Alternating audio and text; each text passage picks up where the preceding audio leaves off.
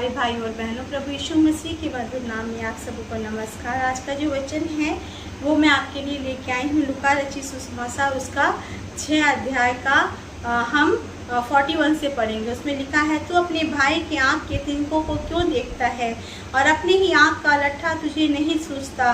जब तू अपनी ही आँख का लट्ठा नहीं देखता तो अपने भाई से कैसे कह सकता है, हे भाई ठहर जा, तेरी आँख से तिनके को निकाल दूँ। हे कपटी, पहले अपनी आँख से लट्ठा निकाल, तब वो तिनका तेरे भाई की आँख में है, उसे भली भांति देखकर निकाल सकेगा। यहाँ पे परमेश्वर का वचन कहता है कि सबसे पहले आपको है ना अपनी आँख को करेक्ट करना है ना। अगर आप प्रभु के दास हैं, प्रभु की दासियाँ हैं और प्रभु को अपने जीवन को दिया है, तो सबसे पहले जो है अनुग्रह, जैसे हम पढ़ते हैं प्रभु यीशु मसीह को जब उद्धारकर्ता के रूप में स्वीकार करते हैं तो प्रभु यीशु मसीह हमें अपने अनुग्रह से भरते हैं, लेकिन साथ ही साथ वो एक कंडीशन को हमें देते हैं कि आप फिर से वही जीवन ना जीना, क्योंकि वचन कहता है जो मसीह में है वो नई सृष्टि है, पुरानी बातें बीत गई, देखो सब नई हो गई। अब हम ये कहाँ पे देखते हैं, अगर हम बाइबल में पढ़े तो जब व्यभिचारिणी स्त्री को प्रभु यीशु मसीह के पास व्यवस्था के अनुसार लाया गया और कहा गया कि प्रभु ये पापी है, इसने व्यभिचार किया है, तो व्यवस्था के अनुसार इस पर क्या होना चाहिए, पत्थरवा होना चाहिए, so that we can stone her to death. जब ऐसा बोल के उस व्यभिचारिणी स्त्री को प्रभु के पास लेके आते हैं तो हम देखते हैं कि प्रभु क्या करते हैं। प्रभु सबसे एक ही बात बोलते हैं कि हाँ, ये व्यवस्था के अनुसार ठीक है, इसने पाप किया है तो व्यवस्था के अनुसार क्या करना है, हमें इसे पत्थरवा करके मारना है। तो पहला पत्थर लेकिन वो मारे जिसने कोई पाप ना किया, है ना। अब क्या होता है कि जब लोगों ने अपने आप को जांचा तो उन्होंने पाया कि हम सब ने पाप किया है ना, हम सब ने पाप किया है। हम में से कोई ऐसा नहीं है जो निष्कलंक हो और पवित्र हो और पत्थर इसको मारे। तो एक एक करके सब चले जाते हैं, लेकिन वहां पे कौन बच जाता है, उस स्त्री के साथ प्रभु यीशु मसीह बच जाता है। एक भयानक व्यभिचारिणी पापी स्त्री और एक महापवित्र परमेश्वर, है ना, उनके बीच की गैप क्या थी, पाप थी। ठीक है, तो जब वो बचती है तो उसे पता होता है कि ये तो महापवित्र, अब ये मुझे दंड निश्चय देगा, क्योंकि ये क्या है, ये एकमात्र यहाँ पे व्यक्ति है, इंसान है, परमेश्वर है, प्रभु यीशु है जो इस है ना वर्थ को, योग्यता को रखता है कि मुझ पर पत्थर मारे। लेकिन प्रभु यीशु मसीह उस औरत की सोच के विपरीत क्या कहता है कि किसी ने तुम पर पत्थर नहीं चलाया, मैं भी नहीं चलाऊंगा, मैं भी तुम्हें माफ करता हूँ, है ना, क्योंकि मैं ही हूँ जो तुम्हें माफ कर सकता हूँ। तो और साथ ही साथ परमेश्वर ने, प्रभु यीशु मसीह ने वहां पे उस स्त्री को क्या बोला, अब से पाप ना करना। तो सबसे पहले परमेश्वर ने अपने अनुग्रह के द्वारा उस स्त्री का उद्धार किया, है ना, उसका उद्धार किया और उस पर अनुग्रह के कारण उसके पापों को क्षमा किया, क्योंकि वो जानता था कि इसके पापों के लिए प्रायश्चित होने के लिए मैं आया हूँ। लेकिन साथ ही साथ एक कंडीशन बता दी। क्या बताया कि आज के बाद से पाप ना करना। अब हमारे जीवन में क्या होता है कि जब हम प्रभु यीशु मसीह में आते हैं तो हम अपने आप को ओवर राइचियस समझते हैं और हमें क्या लगता है कि बाकी जितने लोग हैं वो गलत हैं। तो हमारे अंदर एक जजमेंटल स्पिरिट काम करती है। हम लोगों को कहते हैं ऐसा ना करो, वैसा ना करो, ये ना करो, ये सही नहीं है, वो सही नहीं है। एक और बात मैं यहाँ बताना चाहती हूँ, जो वचन परमेश्वर के वचन के आधार से सही है वो तो आपको बोलना है। पाप को पाप बोलना है, पापी को कहना है कि तुझे प्रभु ने नया जीवन दिया तो अब पाप ना करना, क्योंकि तुम अब पापी नहीं, प्रभु यीशु मसीह में धर्मी ठहरे। जहाँ आपको स्टैंड लेना है वहाँ स्टैंड लेना है। हम भी देखते हैं कि जब यीशु मसीह संसार में आया तो यीशु मसीह भी क्रोधित हुआ। अब वो प्रेमी दयालु परमेश्वर जो हमारे खातिर क्रूस पे वो श्रापित मृत्यु सहने के लिए तैयार था, वो क्यों, है ना, वो क्यों, उसे क्या जरूरत थी कि आके, है ना, हमारे खातिर इतने बड़े बलिदान को दे। लेकिन वो भी, है ना, जब समय आया तो क्रोध करके बोलता है कि मेरे मंदिर को, मेरे परमेश्वर के मंदिर को, पिता के मंदिर को डाकुओं का खो ना बनाओ। तो अनुग्रह एक जगह है और परमेश्वर अनुग्रह के साथ साथ हमें एक लाइफ बता देता है कि कैसी लाइफ के साथ अनुग्रह चलती रहती है। वो लाइफ है हमें, है ना, पाप में जीवन से दूर हटके धार्मिकता में अपने आप को लाना है। लेकिन कई बार हम अपने लाइफ में ये सब करने से चूक जाते हैं और हम अपने आप को अति धार्मिक समझ के, है ना, यीशु मसीह यहाँ पे चाहता था तो बोल सकता था, देख कोई पथरवाह करने के योग नहीं रहा, केवल मैं ही हूँ, मैं अति धर्मी हूँ, मैं परमेश्वर हूँ, है ना, मैं परम प्रधान हूँ और इसलिए मैं तुझे मार रहा हूँ। नहीं, उसने बोस्ट नहीं किया, वो उसने माफ़ी दी उसे और एक नई दिशा दिखाया। लेकिन हम क्या करते हैं, हम लोगों को दिखाते हैं, और तेरे ज़िंदगी में ये बुराई है, तू ऐसा किया होगा तभी ऐसा दंड आया तेरे लाइफ में, तो बुरा किया होगा, तेरे साथ बुरा बात हो गया होगा। तो ये सारी बातें हमारी लाइफ से क्या होती है, श्राप को लेके आती है जब हम दूसरों को दोष लगाते हैं। बाइबल में साफ कहता है वचन, दोष मत लगाओ, है ना, दोष मत लगाओ। केवल एकमात्र प्रभु यीशु मसीह है जो हमें, है ना, पॉइंट आउट करके बोल सकता है कि तू पापी था और मैं तेरे लिए मरा। और हम नहीं है एक दूसरे के प्रति दोष लगाने के लिए। यहाँ पे क्या कहता है, वो क्या मित्र, मैं तेरी आंख से लटके को निकाल देता हूँ, है ना, लेकिन उसे अपने आँख की जो है गंदगी नहीं दिखती है। लेकिन यहाँ पे जो हम बाइबल में वचन में पढ़ते हैं कि दाऊद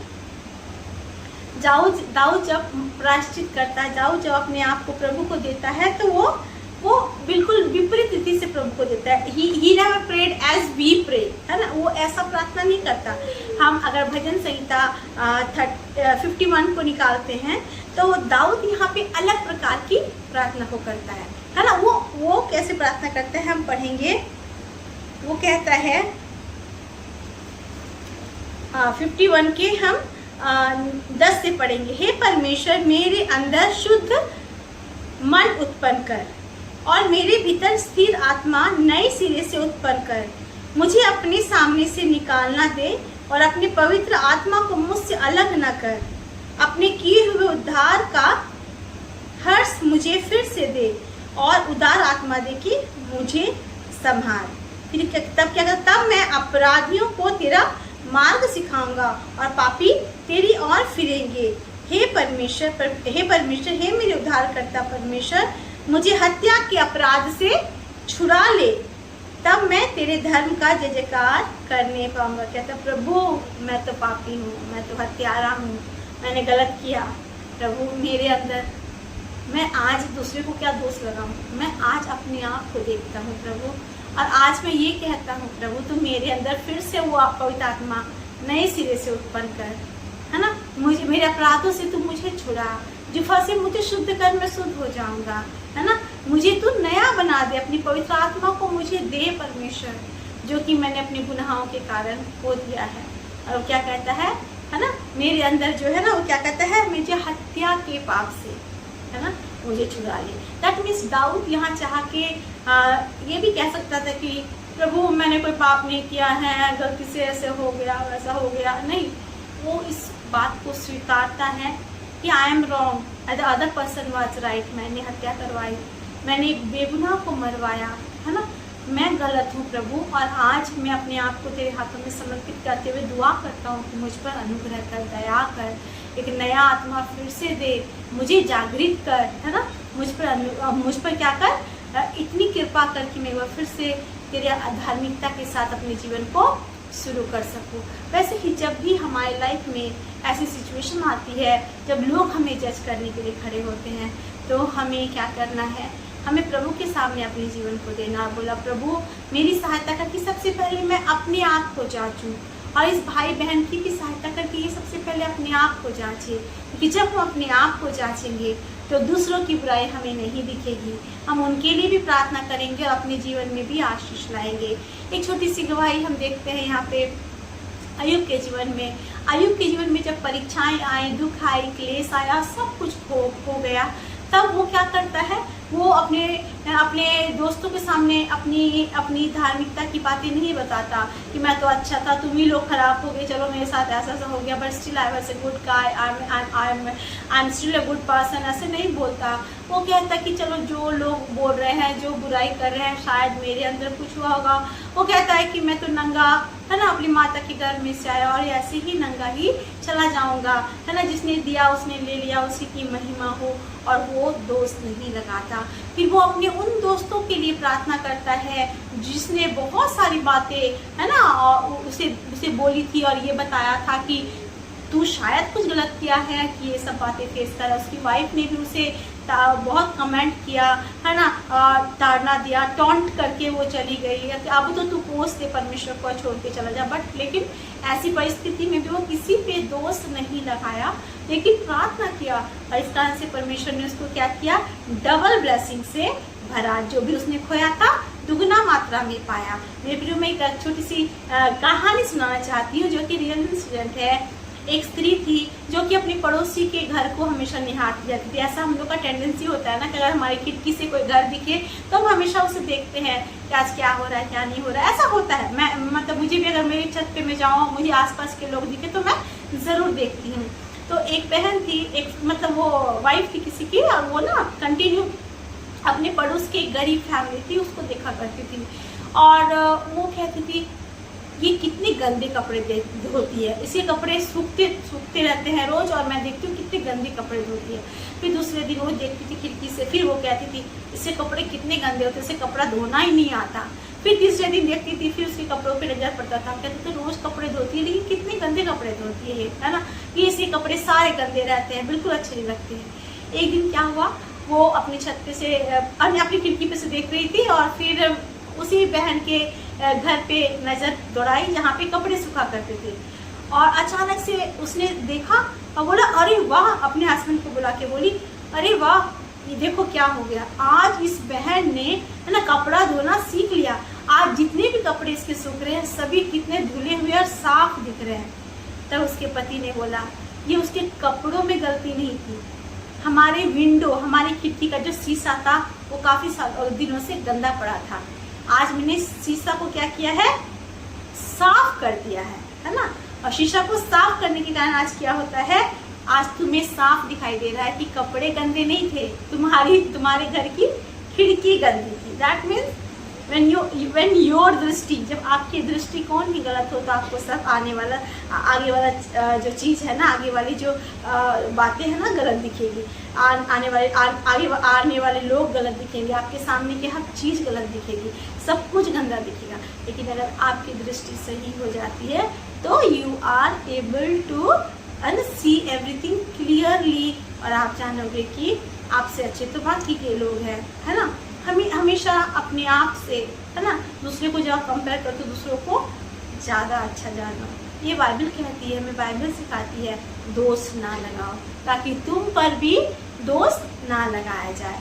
आज क्या होता है, हम दूसरों पे कमेंट कर करके अपनी आत्मा को इतना शोकित करते हैं कि पवित्र आत्मा का निवास उस आत्मा में नहीं रहता है, और पवित्र आत्मा चला जाता है। तब फिर जब प्रार्थना करने बैठते हैं तो हमें प्रभु की उपस्थिति महसूस नहीं होती, लेकिन हमें रूटीन की तरफ प्रार्थना लगने लगती है।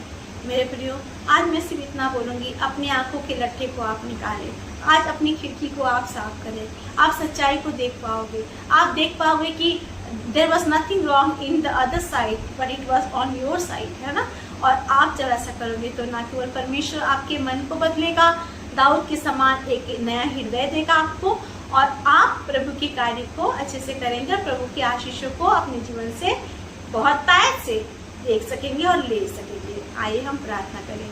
अनुग्रहकारी महान परमेश्वर पिता, नम्र दीन होकर आपके चरणों तले आते हैं प्रभु। सच में प्रभु हमारी सहायता कर। कई बार हम दूसरों को देखते हैं और जज करते रहते हैं, ये ऐसा है, ये ऐसा है, लेकिन हम अपने आप को नहीं देखते। प्रभु आप महान है प्रभु, आपने हमें परमेश्वर इस तरह से प्रभु नहीं देखा। अगर आप हमें देखते तो हम कहीं भी खड़े होने के योग्य नहीं रहते प्रभु, क्योंकि आपका वचन कहता है हमारी धार्मिकता आपके सन्मुख गंदे चित्रों के समान है। परमेश्वर पिता प्रभु, हम आज अपने आप को जांचे, हम इस बात को जाने कि अगर हम पापी ना होते तो हमारा प्रभु हमारे लिए इतना बड़ा बलिदान देने के लिए संसार में नहीं आता, और अपने जीवन को इस कदर बदल दे परमेश्वर कि हमारा जीवन दूसरों के लिए प्रभु एक ठोकर नहीं लेकिन ब्लेसिंग बनने पाए। हम दोष लगाने वाले नहीं परमेश्वर पिता, लेकिन दुआ करने वाले हो जाएं परमेश्वर पिता। प्रभु जहाँ हम सही हैं प्रभु हमारी मदद करना परमेश्वर, कि हम और भी सच्चाई के साथ आपके वचन को थाम कर आगे बढ़ सके। जहाँ हमारे अंदर गलतियाँ हैं प्रभु आप हमारी मदद करना परमेश्वर पिता, कि हम अपने आप को प्रभु सुधार सके परमेश्वर पिता, क्योंकि प्रभु हम जानते हैं आपके नाम से प्रभु हम अपने आप को सुधार पाएंगे परमेश्वर पिता। दया करे, रहम करे परमेश्वर पिता। हर हर एक भाई बहन प्रभु जो अपने जीवन की आशीषों को प्रभु दूसरों पे दोष लगा के आपके विरुद्ध चल के खो लिए हैं प्रभु, उनके जीवन में परिवर्तन आए पिता, ताकि वो अपने आप को पवित्र होता हो, आपके समान होता हुआ। देखिए आपका वचन कहता है प्रभु, आपने लॉर्ड्स प्रेयर में भी हमें सिखाया है कि हमारे अपराधों को माफ कर, जिस प्रकार हम दूसरों के अपराधों को माफ करते हैं परमेश्वर पिता। First we have to take actions on ourselves अब्बा, so that you may bless us अब्बा, और अपनी इच्छा को हमारे जीवन में प्रकट करे परमेश्वर पिता। प्रभु दया करे, रहम करे, हर एक भाई बहनों को आशीष दे, हर एक के जीवन के नजरिए को बदले, हम दूसरों को अपलिफ्ट करने वाले लोग बने, आपके प्रेम के सुसमाचार को फैलाने वाले बने, और हर जगह ये बताने वाले बने कि यीशु ही प्रभु है। मैं विश्वास करती हूँ पिता, आपने प्रार्थना सुना, आंसुओं को पोंछा, जरूरतों को पूरा किया। आपने देश देश में, राज्य में प्रभु, इजराइल के ऊपर हर जगह प्रभु अपने प्रेम को फैलाया पिता। प्रभु आपके वचनों को फैलाया, आपके नियमों को फैलाया प्रभु, आपका धन्यवाद। यीशु के नाम से इस प्रार्थना को मांगते हैं और पा लेते हैं, आमीन आमीन। Praise the Lord, God bless you all.